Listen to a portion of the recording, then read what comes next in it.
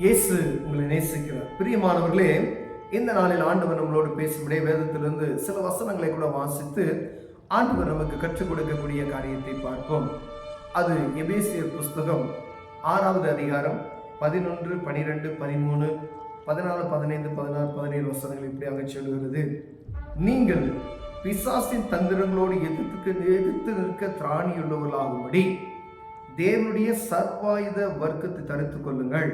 ஏனெனில் மாம்சத்தோடும் இரத்தத்தோடும் அல்ல, துரைத்தனங்களோடும் அதிகாரங்களோடும் இப்பிரபஞ்சத்தின் அந்தகார லோகாதிபதிகளோடும் வான மண்டலங்களில் உள்ள பொல்லாத ஆவிகளின் சேனைகளோடு நமக்கு போராட்டம் உண்டு. ஆகையால் தீங்கு நாளிலே அவைகளை நீங்கள் எதிர்த்து நிற்கவும் சகலத்தை செய்து முடிக்கவும் நிற்க திராணியுள்ளவர்களாகும்படிக்கு தேவனுடைய சர்வாயுத வர்க்கத்தை எடுத்துக்கொள்ளுங்கள். ஆண்டவர் நம்மளோடு இடைபடுகிற ஒரு காரியம், நீங்கள் பிசாசின் தந்திரங்களோடு எதிர்த்து நிற்க திராணியுள்ளவர்களாகும்படி தேவனுடைய சர்வாயுத வர்க்கத்தை தரித்துக் கொள்ளுங்கள். பிரியமானவர்களே, ஆண்டவர் நமக்கு கற்றுக் கொடுக்கக்கூடிய பிரியம் ஆவிக்குரிய பக்திமான்கள் என்று சொல்லக்கூடிய ஆவிக்குரிய மனிதர்களுக்கு, ஆண்டவரை அறிந்து கொண்ட மனிதர்களுக்கு ஆண்டவர் ஒரு காரியத்தை கற்றுக் கொடுக்கிறதை இதை பார்க்க முடிகிறது. நமக்கு மாம்சத்தோடும் இரத்தத்தோடும் போராட்டம் அல்ல. ஆண்டவர் தெளிவாக இருக்கு. மனுஷனுக்கு மனுஷன் நமக்கு போராட்டம். ஒருவேளை நமக்கு விரோதமா யார் என்ன செஞ்சாலும் நம்ம போய் போராட மாட்டோம். ஏன்னா இயேசு கிறிஸ்து என்ன செஞ்சா, ஒரு கண்ணத்தை அடித்தா மறு கண்ணத்தை நீ திரும்பி காண்பி அப்படின்னு தான் சொல்லியிருக்கிறார். மனிதர்களோடு வரக்கூடிய ஒரு போராட்டத்துக்கு நீ எதிர்த்து நிற்காத அப்படின்னு தான் சொல்லியிருக்கிறார். அதனாலதான் எங்கும் யார் ஒரு சுவிசேஷர்களையோ எங்கேயாவது ஒரு பிரச்சனை நினைச்சாங்க, அவங்க அமைதியா இருக்கிறதுக்கு ஒரு காரணம், ஆண்டவர் கொடுத்த அந்த கற்பனைகளின் படி நடக்கணும்னு சொல்லி அவர்கள் எதிர்த்து ஒன்று பேசாதபடி அமைதியா இருப்பார்கள். ஆனா ஆண்டவர் நமக்கு ஒன்று கற்றுக் கொடுத்திருக்கிறார். உனக்கு வான மண்டல இரத்தத்தோடும் மாம்சத்தோடும் அல்ல, இந்த சதையும் ரத்தம் இருக்கக்கூடிய மனிதனோடு உனக்கு போராட்டம் அல்ல.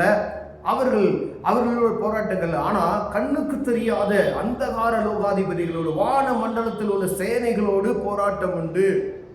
அப்ப பாருங்க, அந்த பயங்கரமான ஒரு, அதாவது வான மண்டலங்களில் கிரீச்சிற ஆவிகளின் சேனைகளோடு நமக்கு போராட்டம் உண்டு. இப்பிரபஞ்சத்தின் அந்தகார லோகாதிபதிகள் எழுதப்பட்டிருக்கு. இந்த பிரபஞ்சம், உலகத்தினுடைய பிரபஞ்சத்தின் அந்தகார லோகாதிபதிகளோடு இந்த பூமியில இருக்கக்கூடிய எல்லா மனிதர்களையும் ஆண்டவருக்கு அவரே கடவுள், ஒரே கடவுள் தான். அவர் வார்த்தைக்கு கட்டுப்படாதபடிக்கு உலக மக்களை திசை திருப்பி பரிசுத்தமாய் மனிதனை வாழ விடாதபடிக்கு அந்தரங்கத்தில் இருக்க அந்த பொல்லாத சேனைகள் என்ன செய்தான், மனிதனுடைய காரியங்களை திசை திருப்பி விடுகிறது. அவனுடைய தந்திரங்களை எதிர்த்து நிற்கவும் திராணியுள்ளவர்களாய் வேலை பண்ண சொல்ல, நீங்கள் பிசாசின் தந்திரங்களோடு எதிர்த்து நிற்க திராணி.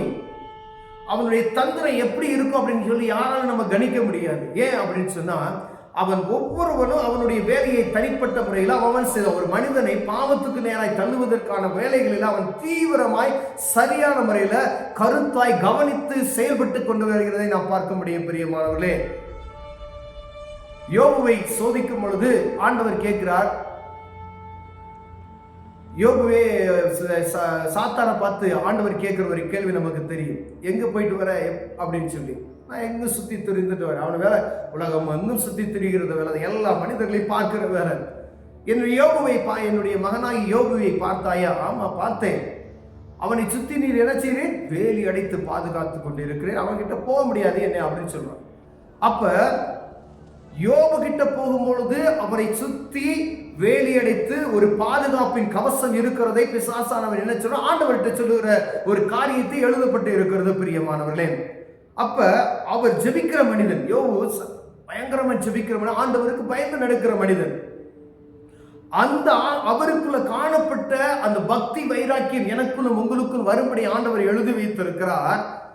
இந்த இடத்துல நம்ம மனிதனோடு போராட்டம் அல்ல, இந்த வான மண்டலத்தில் இருக்கக்கூடிய இந்த பிசாசின் தந்திரங்கள் அவனை எப்படி விழத்தல்லான்னு சொல்லி, நீங்க எப்படியாவது ஒரு மனிதனை பாவத்துக்குள்ள தள்ளுவதற்கு அவன் தீவிரப்பட்டு தெரிகிற அந்த காரியத்தில் இருந்து நாம் தப்பித்துக் கொள்வதற்கு நாம் என்ன செய்யணும் அப்படின்னா, சர்வாயுத வர்க்கத்தை ஆண்டவர் கொடுக்கிற அந்த கிருபைகளை நாம் பெற்றுக்கொள்ளும்படி அழைக்கப்படுகிறோம். பிரியமானவர்களே, ஏனெனில் அவர் பாருங்க, பொல்லாத ஆவிகளின் சேனைகளோடு.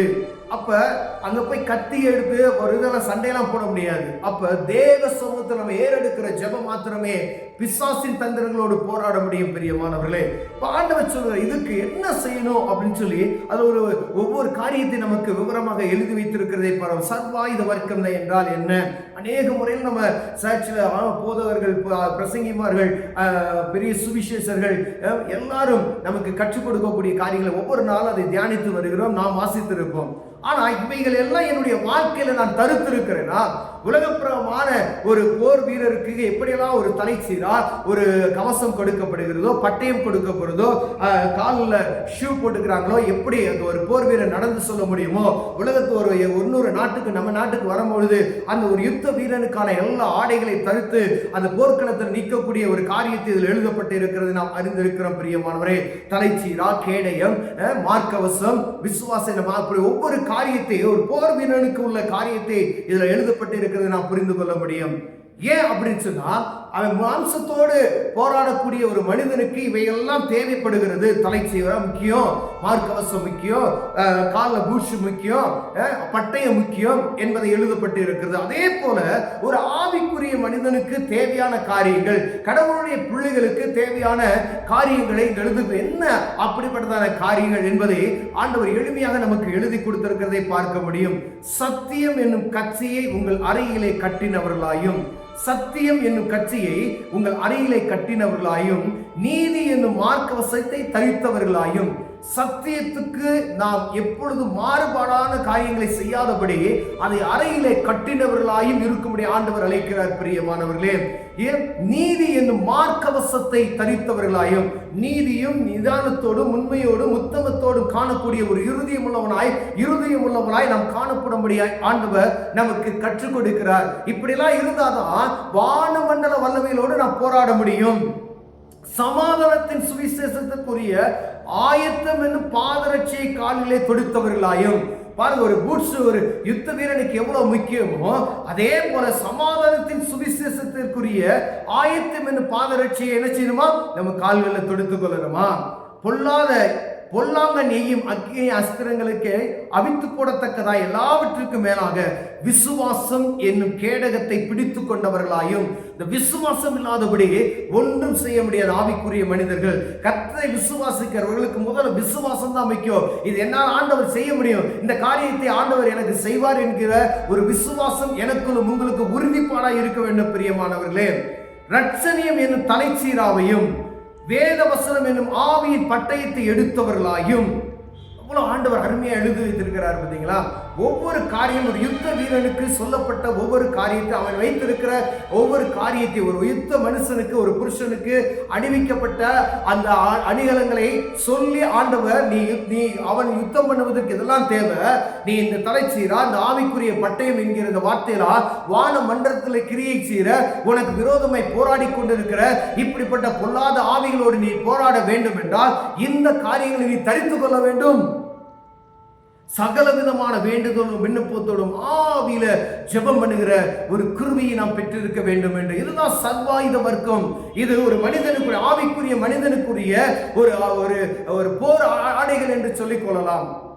அப்ப இவைகள் எல்லாம் நாம் தரித்திருந்து தேவ சமூகத்தில் எப்பொழுதும் ஜெபிக்கிறவர்களாய், ஆவியோடு ஜெபிக்கிறவர்களாய் காணப்படுவோமையானால், இந்த வான மண்டலத்தில் சுத்தி திரிகிற ஒரு மனிதனுக்கு விரோதமாய் கிரியை செய்கிற இந்த போராட்டத்தின் ஆவிகளை நம்ம எதிர்த்து போராடுவதற்கு தேவன் பலத்தையும் கிருபையும் ஞானத்தையும் நமக்கு தருகிறார். பிரியமானவர்களே, ஒருவேளை வேத வசனத்தை வாசித்து ஜெபிக்க முடியாதபடிக்கு, ஒருவேளை தேவ சமூகத்தில் அமர்ந்து ஜெபிக்க முடியாதபடிக்கு, இந்த வசனத்தை வாசித்து அதனுடைய வசனத்தை பட்டயம் என்கிற இந்த வசனத்தை எடுத்து போராட முடியாதபடிக்கு நாம் இருப்போமையானால், இந்த வான மண்டலத்தில் கிரியை செய்கிற ஆவிகளோடு நாம் என்ன செய்ய முடியாது, போராட்டம் பண்ண முடியாது. ஒரு மனுஷன் சண்டை போடலாம், ஆனா இங்கு சொல்லப்பட்ட காரியங்கள் மனிதர்களோடு அல்ல, எல்லா வானமண்டல கிரியைகளோடு ஒவ்வொன்றும் ஒவ்வொரு காரியத்தை அவன் செய்வான். தீங்கை செய்வதற்கு அவன் ஒரு இருதயத்தை தூண்டுவான், பாவத்தை செய்வதற்கு அவன் இருதயத்தை தூண்டுவான், சமாதானத்தை கெடுக்குவதற்கு அவன் தெரிதை தூண்டுவான்.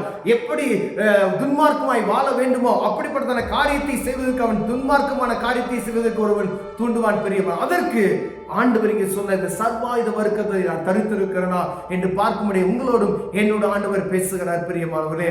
ஒருவரை நம்ம ஆவிக்குரிய வாழ்க்கையில ஸ்டடியா நான் இருக்கணும் அப்படின்னா இந்த சர்வாத வர்க்கத்தை நாம் தரித்திருக்கிறோமா என்று பார்க்கும்படியாய் ஆண்டவர் உங்களோடு பேசுகிறார். ஒருவேளை இதுல குறைச்சல் உள்ளவர்களாய் நாம் காணப்பட்டோமைனால் இந்த அதிகாரத்தை நல்லா வாசித்து ஆண்டவர் சமூகத்தில் ஜெபித்து ஆண்டவரை இப்படிப்பட்டதான கிருபைகளை இந்த சர்வாயுத வர்க்கத்தை நான் தரித்துக் கொள்வதற்கு தேவன் எனக்கு கிருபை பாராட்டுங்க என்று சொல்லுவோமானால் ஆண்டவர் இந்த கிருபை நமக்கு தருவார். இந்த வானமண்டல கிரிகளை பாவத்தை மேற்கொள்வதற்கான அதிகாரத்தை நமக்கு தருவார். கண்களை மூடுவோம், ஜெபம் செய்வோம். அன்பின் தகப்பனே, அருமையான நாளுக்காய் ஸ்தோத்திரம். நாள் எங்களோடு இடைப்பட்ட தெய்வக்காய் ஸ்தோத்திரம். இயேசுவின் நாமத்தில் பிதாவே, ஆமென்.